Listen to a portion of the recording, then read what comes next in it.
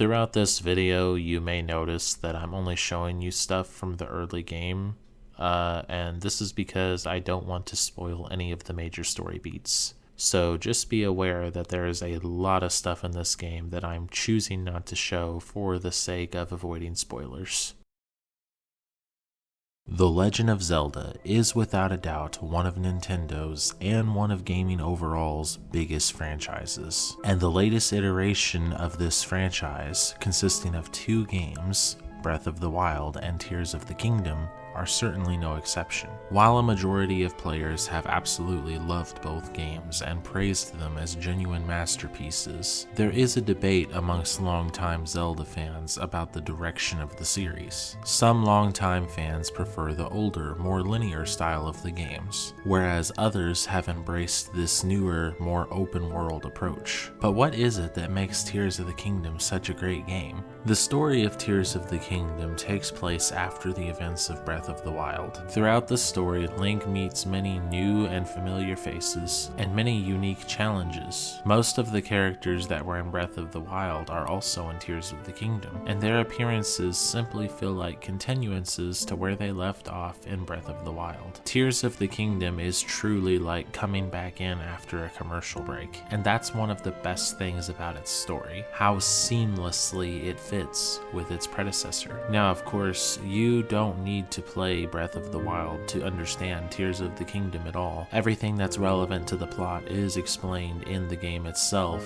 However, if you have played Breath of the Wild, or you do want to play it before getting into Tears of the Kingdom, it will make your enjoyment of the game that much stronger. I highly recommend playing both. However, starting with Tears of the Kingdom is an option as far as the story goes. Gameplay-wise, Tears of the Kingdom is everything you would expect out of a good sequel. It takes the incredibly solid setup from Breath of the Wild and adds completely new ideals to it. Some things that you've grown used to in Breath of the Wild are no longer present in Tears of the Kingdom, and some things, like the Spirit Bomb, you're going to miss at first, only to later discover that they've been replaced by much better things, like the Bomb Flower. Not only is the Bomb Flower infinitely more mobile than the Spirit Bomb, but I even feel like it does more damage. You'll also gain the help of Yunobo, one of the 5 sages who can turn into a fire wheel and be used as an attack against enemies or any natural obstacle in the game. And also, pretty much anything can be attached to arrows to use as an attack. Some things will greatly increase an arrow's power, where other things will completely add a new spin to it. Some enemies drop eyeballs when defeated. Attaching an eyeball to an arrow will essentially turn it into a homing missile, an arrow that will follow an enemy. Or attaching a fire fruit will give it the power of fire, setting whatever it lands on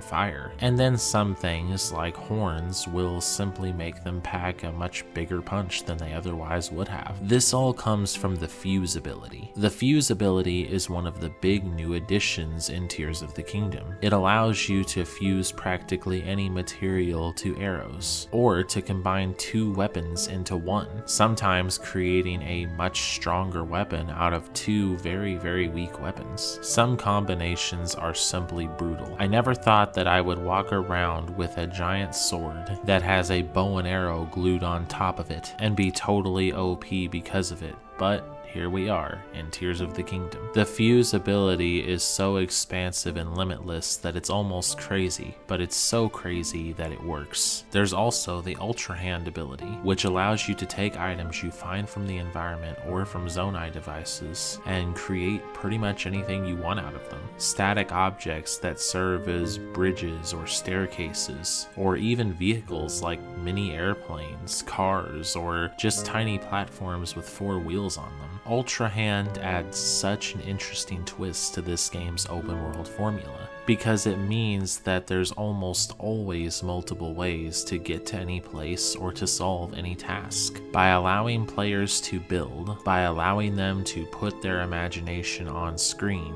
Tears of the Kingdom expands itself in a way we rarely see from any game, even in the open world genre. There's also recall. an ability that lets you rewind time for one specific object. It's incredibly useful for when you accidentally drop your airplane off of a sky island, or if you want to ride one of the pieces of falling debris up into the sky. It's even useful for calling back runaway vehicles. But the biggest thing is the element it adds to puzzle solving. Several of the game's shrines and other locations, many obstacles will require a combination of recall, ultra hand, and other skills. This is definitely a game that will make you put your thinking cap on, especially if you're aiming for 100% completion. There's also the Ascend ability, an ability that lets Link ascend through any roof that he is within reasonable distance of, as long as there's a clear landing space on the top side of said roof, which adds a surprising amount of depth to the platforming. It's amazing to think how these 4 abilities almost completely change up the formula of gameplay over Breath of the Wild. But the maps are also important to consider here. There is, of course, Hyrule, the same map we explored in Breath of the Wild, but in Tears of the Kingdom, many changes have taken place to Hyrule. And aside from Hyrule, we also have the Sky Islands and the massive map known as the Depths, a map that covers the entire area of Hyrule just underneath it. Both the Sky Islands and the Depths hold new foes, collectibles, and quest lines. When you pair those two up with the fact that Hyrule is also a lot different than it was in Breath of the Wild, it's crazy to me that anyone would say Tears of the Kingdom is just a DLC. Anyone who says that has clearly not played Tears of the Kingdom.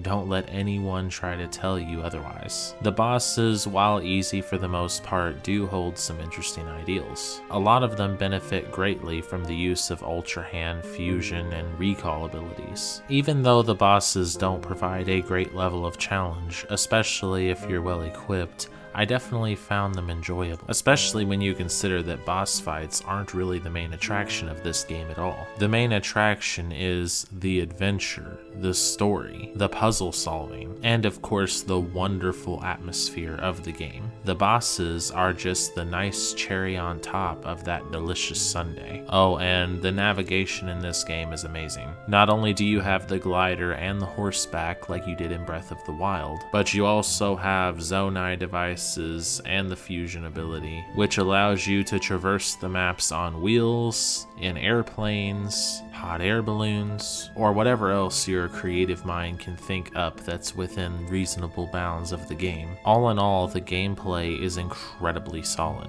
and in a way, it kind of restored my faith in the open world genre. I had grown so used to open world games being big empty maps with almost nothing interesting to do in them, but there's something about the way Tears of the Kingdom presents itself, whether it's the gorgeously detailed maps, the shocking level of interactability in the environment, the incredibly intriguing puzzles, the extremely fun modes of transportation, the brilliantly presented side quests, or perhaps most notably, how limitless the world is, thanks to the fusion ability and the kind of things you can create, and how it leads to there being so many different ways to achieve the same goal. Because of these traits, Tears of the Kingdom is more of an open world game than most games that advertise themselves as being open world. All of this ties into a beautiful package of familiar Zelda flair and open world splendor that can keep you playing for hours and hours. The music is strongly going to depend on your tastes. While I think most gamers and most fans of the game would agree that the soundtrack is simply amazing,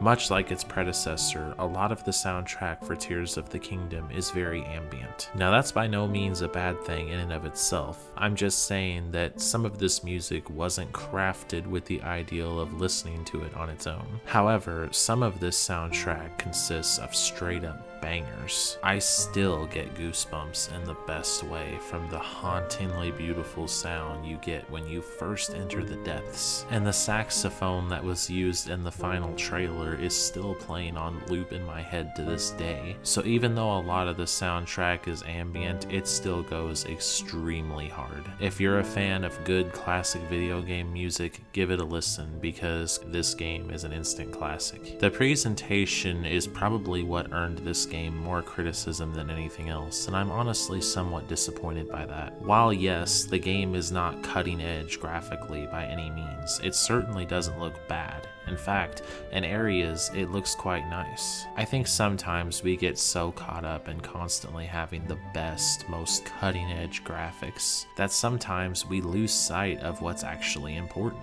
Is the game good? Hey, I'm all for good graphics. I'll go on about how amazing the latest PS5 exclusive looks as much as the next guy will. But at the same time, gaming is not simply a competition of what looks better. Gaming is a competition of creativity and immersion. Tears of the Kingdom may not have cutting-edge graphics, but quite simply, it doesn't need to. Its anime-like art style lends very well to the world it's in, and many parts of the game end up looking flat-out gorgeous.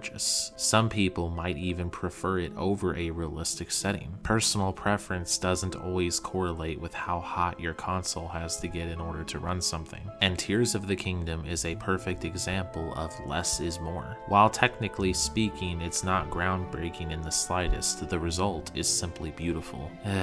Yes, the frame rate isn't 60 frames per second, but honestly, the 30 frames per second lends perfectly fine to its art style. So all in all, the presentation for this game isn't cutting edge, but I think it's as good as it realistically needs to be. The game is still very nice to look at and very comfortable to play, so at the end of the day, that's what's important. Tears of the Kingdom is probably in my list of top 10 games to come out within the last 10 years. It's that good. It's completely restored my faith in the open world genre, and it can stand alongside even some of the best Legend of Zelda games as a very solid entry in the series. And you know, if you prefer the more linear setup of previous Zelda games, fair enough, I can understand that. Player preference is something that is different for everyone, but I do think you would be doing yourself a disservice to not at least give this game a shot, because I do genuinely believe most of you will find something to love about it. And if you don't, hey,